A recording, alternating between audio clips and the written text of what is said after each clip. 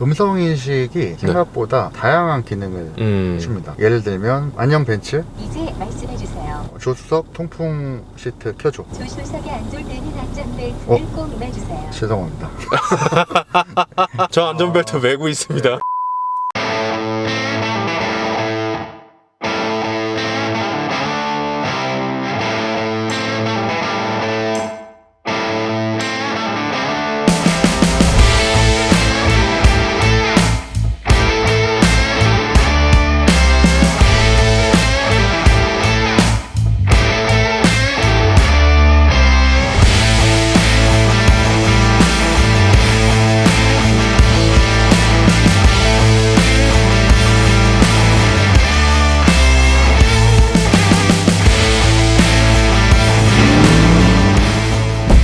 안녕하세요, 서우터번입니다. 오늘은 벤츠 S400D 차주 인터뷰를 시작하겠습니다.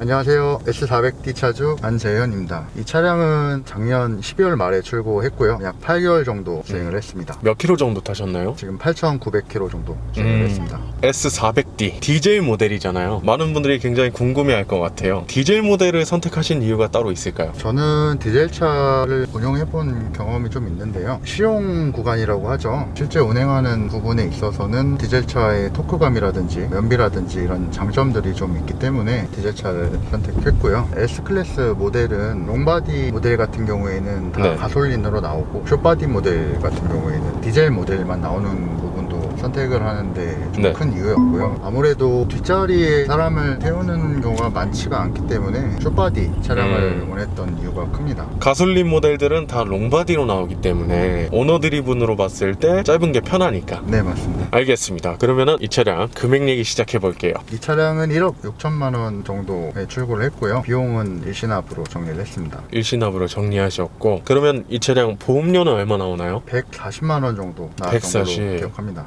생각보다 저렴하다고 봐야겠네요. 제가 나중에 알아봤더니 안전장비가 많이 들어가 있어서 할인이 많이 들어가는 것 같더라고요. 차량 가격 대비는 보험료가 많이 저렴한 게 아닌가 싶습니다. 그러네요. 1억 6천만 원 차량이 보험료가 이 정도면 굉장히 저렴하게 잘 나오는 것 같습니다. 그럼 이 차량 연비는 어떻게 나오나요? 연비를 정확하게 계산을 많이는 안 하는데 고속주행 시에는 항속주행을 하면 리터당 한 18에서 20 정도 나오고요. 시내에서는 8에서 10 정도 나오는 것 같습니다. 확실히 디젤이니까 연비는 잘 나오는 것 같습니다. 그러면 이 차량 장점 이야기 시작해 볼게요. 첫 번째로는 승차감, 굉장히 부드러운 것 같아요. 처음에는 저도 하단 차량을 타다 보니까 너무 물러서 조금은 불편한 게 아닌가 싶었는데 타다 보니까 적응이 돼서 굉장히 편안한 승차감을 보여주는 것 같습니다. 원래 타셨던 차량이 또 네, 맞습니다. 박스터잖아요. 네. 박스터 차량만 운행을 하다 보니까 불편하고 또 데일리 세단이 필요해서 구매를 한 건데, 이 차량을 또 운행하다 보면 박스터 차량을 또 안 타게 되는, 안 타게 돼요. 네. 승차감이 너무 편하니까. 그런 부분도 있고요. 타고 내릴 때 아무래도 낮은 차량들은 좀 불편하다 보니까 손이 잘 안 가는 건 맞는 것 같습니다. 이 차량을 더 선호하게 되는 거죠. 그러면 또 승차감 말고 다음 장점 어떤 거 있을까요? 차량 가격을 생각하면 경제성을 보고 타는 차는 아닌데, 가솔린 모델 같은 경우에는 고급유를 넣어야 되는데 많은 분들이 공감하실 거예요. 고급유를 찾다 보면 지방에 갔을 때 찾기 힘든 경우가 많거든요. 고급유 스트레스에서 좀 많이 해방이 되고, 또 한번 주유를 했을 때 주행할 수 있는 거리가 좀 길기 때문에 주유를 자주 안 해도 되는 장점이 있죠. 연비도 물론 장점이지만 스트레스를 안 받는 게 더 장점이다. 제가 박스터 차량만 운행할 때도 정말 자주 갈 때는 3일에 한 번 갔었거든요. 근데 이 차량 같은 경우에는 데일리로 운영을 해도 짧게는 일주일, 길게는 한 10일 이상 운행을 할 수 있으니까 굉장히 큰 장점인 것 같습니다. 자, 그러면 또 다음 장점 어떤 거 있나요? 편의 장치인 것 같습니다. 반자율 주행도 굉장히 편한 편이고요. 음성 인식 기능이라든지 여러 가지 편의 장치가 많이 들어가 있어서 운행을 하는 데는 편안한 부분이 좀 많은 것 같습니다. 반자율 주행의 완성도는 어느 정도라고 느끼시나요? 차간 거리도 잘 인식하고, 고속도로 장거리 주행을 할 때 가볍게 이제 핸들에 손만 올려놓고 있으면 계속 유지가 되거든요. 완성도는 제가 느끼기엔 굉장히 괜찮은 것 같습니다. 그러면 다른 편의 장치 이건 좋더라 하는 거 또 있을까요? 음성 인식이 생각보다 다양한 기능을 해줍니다. 예를 들면 안녕 벤츠, 이제 말씀해주세요. 조수석 통풍 시트 켜줘. 조수석에 앉을 때는 안전벨트를 꼭 매주세요. 죄송합니다. 저 안전벨트 매고 있습니다. 근데 원래 그 네. 벤츠의 MBUX가 좋다는 건 워낙에 유명하기 때문에 지금 잠시 이 친구가 좀 더위를 먹었다고 생각을 하겠습니다. 그러면 또 이어서 장점 어떤 거 있을까요? 안전장치를 꼽을 수 있을 것 같습니다. 저도 이 차를 타고 사고가 난 적은 없는데 벌써 2번 정도 사고를 면한 적이 있어요. 한 번은 운전석 도어를 열려고 하는 타이밍에 뒤에서 갑자기 차량이 좀 빠른 속도로 달려오던 상황인데 문이 안 열리게 하는 기능 있잖아요. 그 기능 덕분에 문이 안 열리면서 사고를 면했던 적이 있고요. 또 한 번은 시내에서 주행을 하고 있었는데 갑자기 자전거를 타신 분이 한 번에 뛰어들어서 긴급 제동을 하면서 사고를 면한 적이 있습니다. 그럴 때 좀 그런 느낌 들지 않나요? 아, 돈값 했다. 맞습니다. 네. 그러면 또 장점 어떤 거 있을까요? 외관에서는 디자인적으로 많이 만족스럽지는 않은데요. 내부 디자인 같은 경우에는 굉장히 만족스러운 것 같습니다. 사실 전 세대보다는 고급스러움은 좀 떨어지는 것 같기는 한데 전반적으로 젊은 감성을 주기 때문에 깔끔하면서도 디자인이 마음에 드는 것 같습니다. 디자인이 젊어진 느낌이 들어서 네. 예전 세대 같은 경우는 사실 너무 격하게 고급스러움을 강조하려고 했던 느낌이 있긴 했었죠. 그렇죠. 그래서 젊은 감성이 느껴지기 때문에 장점이다. 장점 또 있을까요? 고속 주행 시 안정감이라고 하죠. 고속 주행 안정성이 굉장히 뛰어난 것 같습니다. 차량 무게가 있어서 그런지 몰라도 속도감이 잘 안 느껴질 정도로 주행 안정감이 굉장히 좋은 것 같습니다. 편하게 달리고 있는데 오, 이 정도까지 달리고 있었어? 이런 느낌인가요? 네, 그렇습니다. 어떻게 보면 스포츠카는 그 속도감이 잘 느껴지고 거기서 이제 재미를 주는 반면에 어떻게 보면 얘는 그 안정감 때문에 재미가 없기도 하죠. 대형 세단은 이 차 말고도 네. 대부분 비슷한 느낌을 주는데 그 안정감 때문에 고속도로에서 확실히 피로감이 좀 덜한 것 같긴 합니다. 알겠습니다. 그러면 이번엔 단점 이야기 시작해 볼게요. 제가 저번 포르쉐 리뷰 때 단점 중에 하나로 서비스 센터를 꼽았었는데요. 저는 개인적으로 벤츠도 서비스 센터가 좀 단점인 것 같습니다. 어떤 것 때문에 그렇게 느끼셨죠? 차량 개체수가 너무 많아서 그런지 예약을 잡는 데 있어서 시간이 많이 걸리는 것 같아요. 기본적으로 한 달 이상 걸리는 경우가 많고요. 방문을 해도 제가 보기에도 진짜 바빠 보이고 너무 사람이 많아서 대기 시간이 좀 오래 걸리는 느낌을 받았습니다. 단점으로 말씀드렸던 포르쉐가 더 빠른 것 같습니다. 오히려 포르쉐가 더 빨라요. 네. 근데 제가 궁금한 게 이 차량 신차인데 서비스 센터 가실 일이 뭐가 있었나요? 이게 전자장비가 많이 들어가 있기 때문에 초반에 전자장비 오류가 조금 있었어요. 내비게이션이 길을 잘 못 찾는다거나 자잘한 문제였는데 지금은 물론 해결은 되긴 됐지만 뚜렷한 솔루션이 나온 게 아니고 업데이트를 하는 방식으로 해결을 하는 느낌을 많이 받았어요. 완벽하게 잡는 느낌이 들지는 않았다. 그렇죠. 그 부분이 단점이기는 하지만 하드웨어의 문제가 아니고 소프트웨어의 문제이기 때문에 벤츠에서도 이거를 인지를 하고 계속 뭔가 새로운 버전을 출시하고 업데이트가 되는 걸 보면 시간이 지나면 다 해결이 되는 부분이라고 생각을 하고 있습니다. 그러면 또 단점 어떤 거 있나요? 최근에 반도체 이슈가 있었잖아요. 그런 부분 때문에 옵션이 일부 빠지고 출고가 되는 차량들이 있고 제 차량 같은 경우에도 액티브 앰비언트 라이트라고 맨 윗줄에 한 줄 들어가는 앰비언트 라이트가 빠져있는 차량이에요. 물론 밑에 앰비언트 라이트는 있기 때문에 충분하다라고 생각은 하는데 이런 부분들이 제가 알기로는 최초에는 그 모든 옵션이 들어간 차량 가격이 동일한 가격이었는데 지금은 빠지는 옵션들이 추가 비용 옵션으로 들어갔고 그마저도 이제 고객들이 선택을 해서 주문을 하는 게 아니고 주문을 해서 내 차례가 됐을 때 그게 들어가 있는 거면 그 옵션 값을 내고 사는 거고 안 들어가 있으면 옵션비가 빠지고 근데 기존 출고가에서 그렇다고 차량 가격이 내려간 건 아니에요. 제 차량 같은 경우에는 납파 가죽이 적용이 되어 있는데요. 이것도 제가 듣기로는 가죽을 많이 생산하는 곳이 우크라이나, 러시아 지역이라고 해서 전쟁으로 인해서 납파 가죽이 빠져있는 모델이 있다고 들었습니다. 와, 가죽이 네. 빠진 차량이요. 네. 그리고 이것도 옵션으로 들어가서 300만 원이 추가된다라고 들었는데 소비자 입장에서는 이게 차 값이 오른 거거든요. 너무 옵션 장난 같아서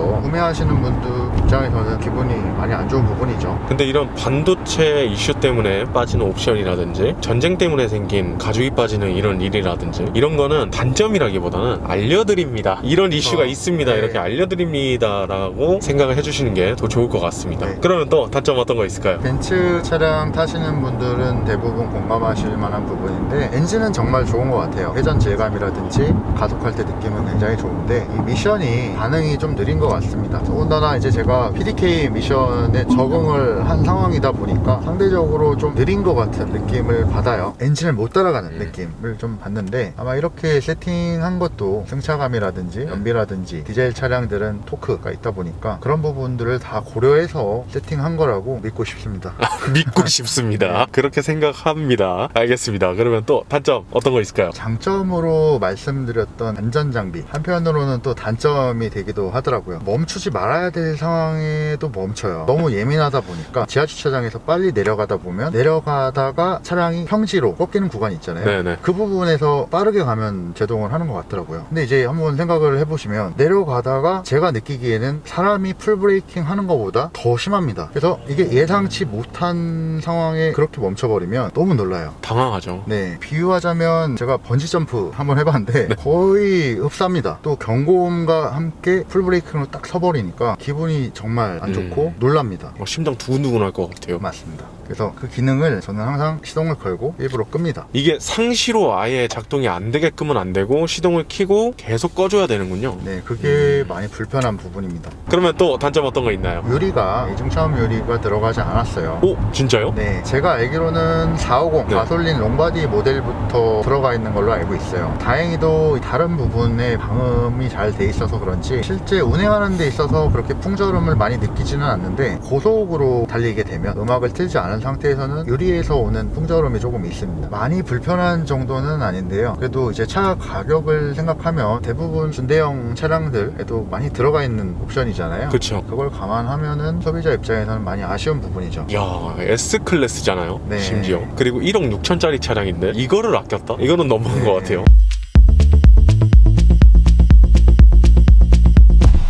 이 차량 타고 다니시면 주위의 반응 어떤가요? 제가 원래 박스터 차량을 한 대로 운용을 했었거든요. 자주는 아니지만 가족 행사가 있다거나 부모님을 모셔야 되는 상황이 생겼을 때 저는 제 차를 따로 타고 가거나 부모님 차를 타거나 그런 상황이 종종 있었는데, 그래도 편안한 뒷자리가 있다 보니까 부모님께서는 굉장히 편안하다고 만족하시는 것 같았습니다. 그쵸. 또 박스터 타고 가시다가 S클래스 타고 가니까 그러면 뭐 또 다른 반응들 없었나요? 제가 스포츠카 동호회 활동도 네. 종종 하는데, 아무래도 이제 달리는 걸 좋아하시는 분들은 나이에 비해서 안 어울리지 않냐 하는 말도 가끔은 들었습니다. 달리는 걸 좋아하시는 분들이 봤을 때 그렇죠. 그분들은 그 광적이기 때문에 더 그럴 수 있어요. 알겠습니다. 그럼 또 다른 질문 드려볼게요. 이 차량 구매하기 전에 비교했던 차량 있나요? BMW의 740Li 가솔린 롱바디 모델을 시승을 하고 계약까지 많이 고민을 했었는데, 그 차량을 일단 구매하지 않은 가장 큰 이유는 끝물이기도 했고요. 그래서 할인 조건도 굉장히 좋았었는데, 결정적으로 제가 느낀 가장 큰 단점은 뒷자리의 승차감이 시트가 많이 높아서 어딘가 모르게 좀 어색하고 불편한 느낌을 많이 받았어요. 주행하는 측면에서는 롱바디 같지 않고 민첩하고 주행하는 느낌이 굉장히 좋았는데, 뒷자리를 자주 사용하는 편은 아닌데 가끔 뒷자리를 사용하기 위해서 네. 사는 차량인데, 뒷자리 승차감이 좀 불편하다라고 하면 데일리 세단으로서 크게 의미가 없을 것 같아서 구매를 안 했습니다. 다른 차량 비교했던 건 없나요? BMW 차량인데요, 6GT 모델을 봤었습니다. 타고 내릴 때도 높이가 적당해서 굉장히 편했고요. 디젤 모델을 봤었는데 4기통 디젤인데도 생각보다 정숙하고 좋은 차량인데, 나름 매니아층이 있는 인기 차종인데 한국에 입고되는 차량이 상대적으로 좀 적다 보니까 대기 시간이 너무 길었어요. 그래서 이제 결국엔 이 차량을 네. 구매하게 되었습니다. 기다리다 지쳐서. 네, 아마 빨리 출고됐으면은 6GT 차량을 탔을 것 같습니다.